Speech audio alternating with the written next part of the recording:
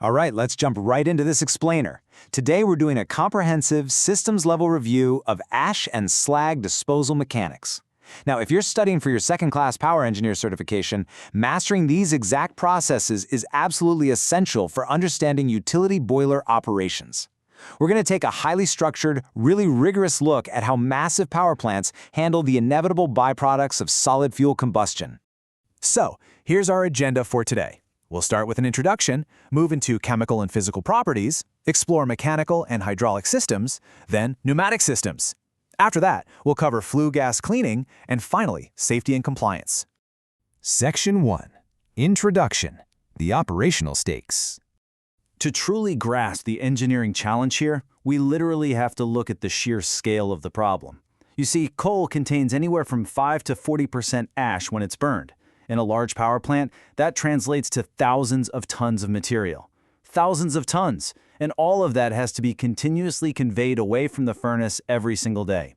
If these systems fail, well, the entire boiler has to shut down. So what exactly are we moving here? Ash is essentially the unoxidized solid material left over right in the furnace flame. It's primarily made up of oxides from the metals present in the fuel supply. The real kicker, though, is silica, or SiO2. Silica can make up a staggering 23 to 63% of the total ash mass. And because of that, it is highly, highly abrasive and incredibly unforgiving on our mechanical equipment. Section 2. Chemical and physical properties. Bottom ash versus fly ash. Now, the absolutely most critical variable in this whole process is something called the ash fusion temperature. Basically, this is the specific thermal threshold where solid ash literally liquefies. So when the furnace temperature drops below this fusion point, that molten ash solidifies into these soft, plastic-like shapes, and eventually it forms into really dense, hard, glassy chunks. And if that material adheres to the water walls, we call that slag. This fusion process inherently splits our engineering problem into two completely distinct physical domains. On one hand, we have bottom ash. These are heavy, dense, and often wet chunks that just fall right down by gravity to the furnace floor. On the other hand, we have fly ash. This is a highly variable, very low-density fine powder that gets swept upward and carried right out of the steam generator by the gas stream. It's this exact divergence that sets up the need for two completely different handling mechanisms. Section 3. Mechanical and hydraulic systems. Handling heavy bottom ash. Okay, let's look at a typical water-cooled bottom ash hopper design. The hopper itself is shaped like an inverted pyramid, and it's filled with water to instantly quench and fracture the falling ash. But pay close attention to the open top seal trough running around the perimeter. The boiler actually hangs down right into this water-filled trough. That water acts as a dynamic seal. It prevents detrimental outside air from getting in, while still allowing the massive steam generator to expand vertically as it heats up, all without messing up your delicate furnace draft control systems. It's an elegant solution. Now, sitting right beneath those hoppers, we find the bottom ash clinker grinder. The particle sizes dropping out of the furnace can vary wildly. I mean, from coarse sand all the way up to fused masses nearly 3 meters across. So obviously, we need mechanical intervention. Heavy-duty rotating grinders come in and crush the quenched ash down to a much more manageable size. This strictly ensures the particles are small enough to avoid catastrophic plug-in in our downstream pipelines. Once it's all ground up, that ash drops straight into a jet pump. Utilizing a really clever Venturi nozzle and diffuser design, high-pressure water is forced right through the nozzle.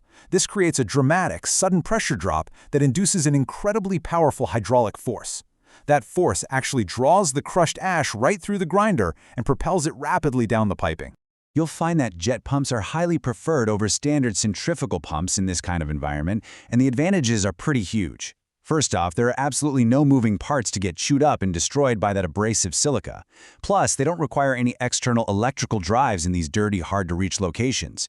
They handle varying air and suction pressures without vapor locking, and they're entirely self-regulating. Basically, if the discharge line starts to plug up, the back pressure simply reduces the flow of solids safely. As a second-class power engineer, it's also absolutely vital that you understand the operational trade-offs between wet and dry bottom designs.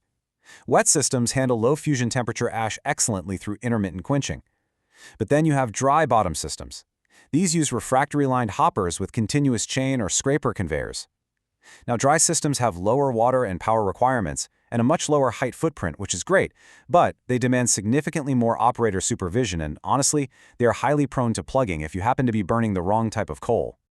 So, tying all these heavy ash mechanics together, let's look at the complete hydrojet ash system architecture. High-pressure water jets actively propel the ash right out of the hopper and straight into the sluiceway. From there, a whole succession of sluice nozzles keeps that slurry moving horizontally.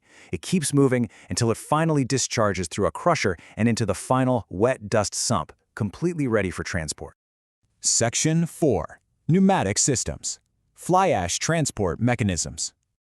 Now let's look at the other side of the coin. Fly ash requires entirely different conveying architectures to get it out of the collection hoppers.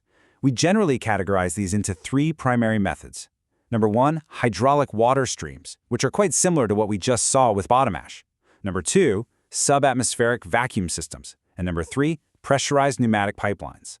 Note that those pressurized systems require specialized airlock feeders simply because the collection hoppers themselves are operating under negative furnace draft pressure. In a typical subatmospheric layout for dust disposal, twin ejectors are absolutely critical. High-pressure water flowing through these ejectors creates the intense vacuum you need to pull that fine ash dust through a massive network of piping.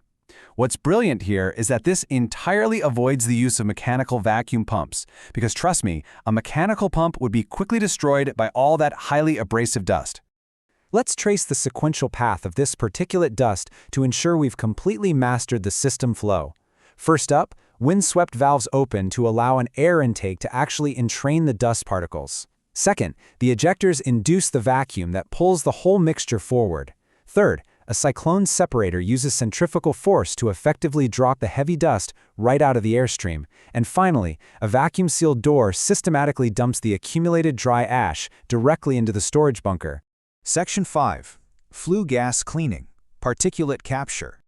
You know, some of that fly ash naturally falls out of the gas stream at strategic dropout points that are engineered directly into the boiler's geometry. For instance, hoppers are strategically located right at the juncture between the upflow radiant pass and the downflow convection pass. Essentially, whenever there's a sudden extreme change in gas flow direction or an area where gas velocity drops suddenly, those heavier particles simply lose their aerodynamic momentum and just naturally drop right out of the flow. But let's be real, gravity alone definitely isn't enough to meet modern environmental compliance. Most of that fly ash must be actively stripped out by final removal systems. We're talking about massive downstream baghouses, which basically act as giant industrial fabric filters. We also use electrostatic precipitators, or ESPs, that actually charge and collect the particles magnetically. And of course, wet scrubbers. These heavy-duty filtration technologies aren't optional, they are absolute necessities to meet strict particulate emission standards for stack opacity. Section 6. Safety and compliance. Environmental containment. Gathering all this ash is really only half the battle. Successfully containing it is the other. A massive, critical compliance procedure here is dust suppression. When the bone-dry fly ash leaves the overhead bunker to be loaded into road or rail vehicles, it has to be meticulously mixed with a very specific proportion of water. Why? Well, if this step fails, that highly fine, incredibly toxic particulate will simply blow away during transit, instantly causing severe environmental hazards. We definitely don't want that.